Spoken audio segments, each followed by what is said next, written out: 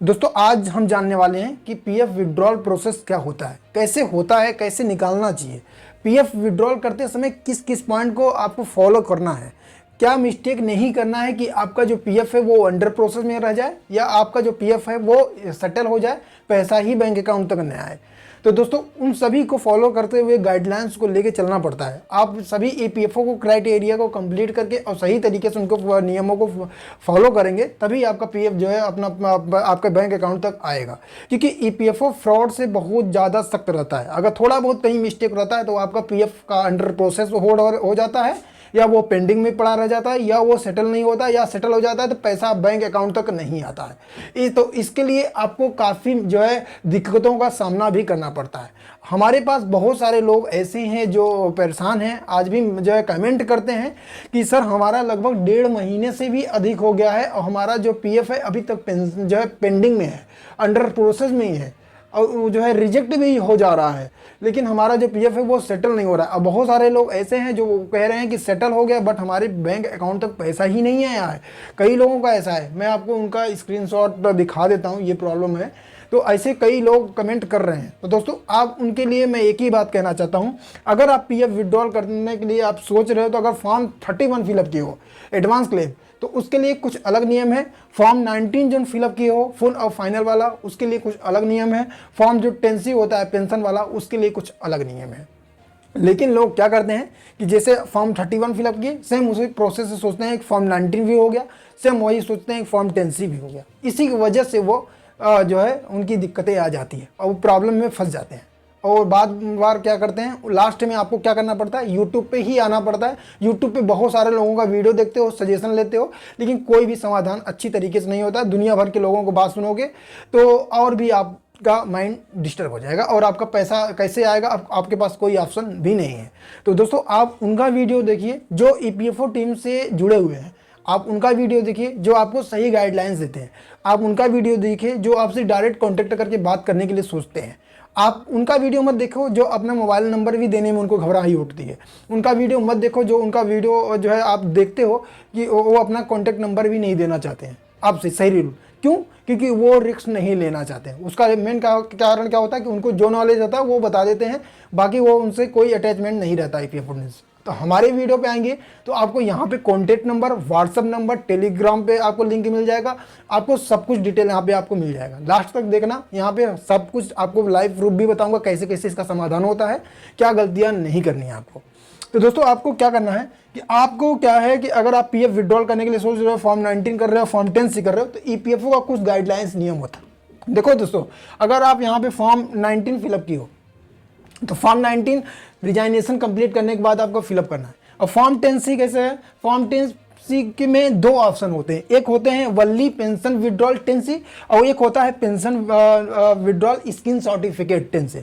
अब आपको दोस्तों इस पे बहुत सारे लोग कमेंट करते हैं कि हमारा जो अंडर प्रोसेस में है या हमारा रिजेक्ट हो रहा है, उसका मेन कारण क्या है कि उनका यही दोनों ऑप्शन में से समझ नहीं पाते हैं कि पेंशन विड्रॉल कर सकते मैं कौन सा ऑप्शन सेलेक्ट करूं, ये नहीं समझ पाते हैं। तो इसकी वजह से आपको मैं बताना चाहता हूं, जैसे ओनली पेंशन विड्रॉल 10C होता है, ये होता है कि 9.5 साल के कम जॉब होना चाहिए, अंडर में होना चाहिए। ठीक है, अगर उससे 9.5 साल से कम जॉब होनी चाहिए, कम ईयर्स होनी चाहिए, जैसे 3 साल हो गया, 4 साल हो गया, 5 साल हो गया, 6 साल हो गया, 7 साल हो गया, तो वो एम्प्लॉय क्या कर सकते हैं कि only pension withdrawal 10C fill up कर सकते हैं।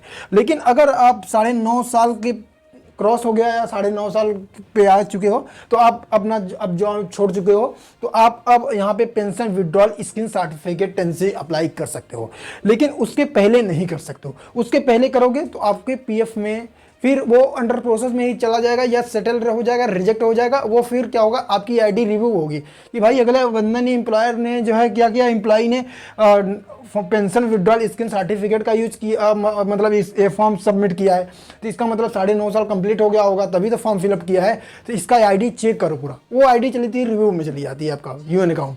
तो इससे बेनिफिट आपको यही है कि आप यहाँ पे ध्यान देने की जरूरत है कि आपको फिलअप करते समय क्या गलतियां नहीं करनी है। तो गलतियां यही सब मिस्टेक होती है अभी। और दूसरा नंबर गलती क्या करते हैं, जैसे रिजाइनेशन कंप्लीट कर लेते हैं और जब फॉर्म वो पैसा विड्रॉल करना चाहते हैं, निकालना चाहते हैं, तो एक ही साथ क्या करते हैं, फुल और फाइनल वाला पैसा फॉर्म 19 उसी दिन और फॉर्म 10C उसी दिन पूरा फाइनल कर लेते हैं। लेकिन आपको ये भी गलतियां नहीं करनी है। फॉर्म 19 आप फिलअप कर दीजिए, 2-4-5 दिन हो जाए, वो पोर्टल में चला जाए, अंडर प्रोसेस में चला जाए, उसके बाद आप फॉर्म 10C अप्लाई कीजिए। एक ही साथ एक ही दिन में करने से क्या होता है कि आपके आईडी पे बहुत ज़्यादा फर्क और जांच होने लगती है, पूरी चेक होने लगती है, क्योंकि पूरा फंड आपको खाली करना है, पूरा डिटेल कि भाई जिसके अकाउंट में जाएगा वो एम्प्लॉय का पैसा सही जगह जा रहा है नहीं, एम्प्लॉय का पैसा सही जगह सेटल हो रहा है नहीं। तो इसके वजह से वो काफ़ी टाइम खींच लेते हैं, इसलिए कम समय में चाहते हो कि अपना पैसा पूरा विड्रॉल करने के लिए, तो आपको उनके नियम को गाइडलाइंस समझना पड़ेगा। आइए हम आपको बताते हैं ईपीएफओ क्या कहता है कि हमारा पैसा, आपका पैसा हम कितने दिन में भेज देते हैं, पूरा हम गाइडलाइन समझाते हैं, आपको दिखाते भी हैं ईपीएफओ पोर्टल पे। तो दोस्तों आपको क्या करना है, आपको आ जाना है अपने मोबाइल फ़ोन में, जैसे मैं अपने मोबाइल फ़ोन में आगे दिखाता हूँ आपको। तो यहाँ पे हम ओपन करते हैं, जैसे ब्राउजर ओपन करते हैं गूगल क्रोम, उसके बाद आपको हम गूगल क्रोम ओपन करने के बाद हम यहाँ पे जो है सर्च करते हैं ईपीएफओ। जैसे हम ईपीएफओ सर्च करते हैं तो यहाँ पे हम पीएफ पोर्टल पे आते हैं। पीएफ पोर्टल पे आने के बाद आपको दोस्तों यहाँ पे मैं दिखाता हूँ कि ईपीएफओ क्या कहता है। यहाँ पे हम सिटीजन चार्ट पे आते हैं। सिटीजन चार्ट पे आने के बाद आपको दोस्तों यहाँ पे दोस्तों नीचे स्क्रॉल करता हूँ, देखो यहाँ पे आपको दिखाई देगा ईपीएफओ क्या कहता है। ईपीएफओ जो सर्विस होती है फॉर्म का, आपको यहाँ पे फाइनल विड्रॉल सेटलमेंट फॉर्म 19, आपको यहाँ पे लगभग 20 डेज वेट करना है, 20 दिन, ठीक है। लेकिन हम 7 दिन के अंदर चाहते हैं कि हर एम्प्लॉय का 7 डेज के अंदर जो है पीएफ सेटलमेंट हो जाए। ईपीएफओ कहता है कि हम चाहते हैं कि सेटलमेंट हो जाए, लेकिन अगर उनको लास्ट है तो आप 20 डेज लास्ट वेट कीजिए, 20 दिन के अंदर हम सेटलमेंट कर देते हैं, ठीक है।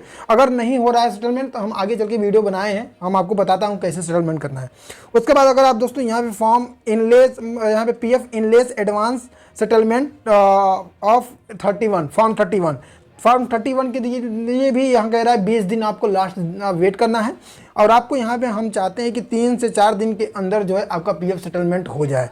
ईपीएफओ 31 के लिए एडवांस क्लेम के लिए बोलता है 3 दिन के अंदर विड्रॉल हो जाएगा आपके बैंक अकाउंट तक। लेकिन लास्ट अगर कभी भी कोई दिक्कत आती है तो हम 20 दिन हमें आप टाइम दीजिए, हम 20 दिन के अंदर आपका सेटलमेंट कर देते हैं।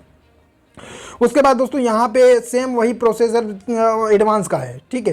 तो आपको एडवांस करते समय इसको भी ध्यान देना है।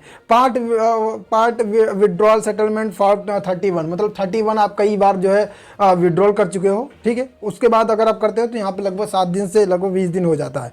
अब आते हैं दोस्तों, सेम वही प्रोसीजर है आपका। यहाँ पे दोस्तों आप देख सकते हो यहाँ पे पेंशन विड्रॉल। अब पेंशन विड्रॉल सेटलमेंट के लिए आप यहाँ पे दोस्तों देख सकते हो फॉर्म 10C अप्लाई करने के लिए आपको यहाँ पे 7 डेज कहता है कि हम 7 डेज के अंदर जो है हम चाहते हैं कि सेटलमेंट हो जाए, लेकिन लास्ट आप 20 दिन दीजिए। अगर आप यहाँ पे 20 डेज के अंदर नहीं होता है तो आप एक्शन ले सकते हो, आप जो है कंप्लेंट ग्रीवेंस सबमिट कर सकते हो ईपीएफओ में। 20 दिन तक मैक्सिमम आप टाइम दीजिए, फिर हम आपका जो है सेटलमेंट करके देते हैं। ईपीएफओ का ये गाइडलाइंस रूल्स है, ये चार्ट्स है, इसको चार्ट्स को जरूर ध्यान देना। लेकिन आपको दोस्तों आपको बताना चाहता हूँ कि आपको 20 डेज वेट देना ही पड़ेगा, क्योंकि आपको ये ध्यान देने की ज़रूरत है कि जैसे आप रेलवे स्टेशन पे जाते हो तो प्लेटफॉर्म पे वहाँ पे जो टिकट लेने जाते हो तो आपको क्रम बाई क्रम आपको नंबर लगता है वहाँ पे, तब आपके नंबर आती है। उसी टाइम से अगर आप जिस दिन डेट में किए हो उस डेट में आपके पीएफ ऑफिस में कितने क्लेम है, पहले आपके ऊपर वालों को जो है सेटल होते हुए तब आपका नंबर आएगा क्रम बाई क्रम। उसी टाइम से दोस्तों उसी की वजह से थोड़ा टाइम लग सकता है। हो सकता है आपके पीएफ ऑफिस में ज़्यादा क्लेम हो, लोग ज़्यादा क्लेम किए हों और उसके वजह से वो आपके नंबर नीचे हों, जब आपका नंबर आएगा तभी हो जाता है। तो उसके लिए थोड़ा वेट करना है, लेकिन आप सेटलमेंट से बिल्कुल घबराएं ना। सेटलमेंट 100% होगा। अगर आप अंडर प्रोसेस में है तो सेटलमेंट होगा या रिजेक्ट होगा, उसका समाधान होगा, लेकिन 20 दिन के बाद ही होगा। 20 दिन के पहले भी हो सकता है, आपको लास्ट 20 दिन वेट करना ही करना। और भी प्रकार की दिक्कत आ रही हो पीएफ से रिलेटेड, आप मुझे कमेंट करना, आप मुझसे जुड़े रहेंगे तो यहाँ पे पीएफ से रिलेटेड बहुत सारी प्रॉब्लम 100% सॉल्व की जाती है। और जो हमें जानकारी नहीं होती है वो हम ईपीएफओ टीम से जाके डिस्कस करके आपको जरूर समाधान बताते हैं। तो बने रहें आप हेल्प सेंटर प्रयागराज पे। मैं हूँ शरद तिवारी।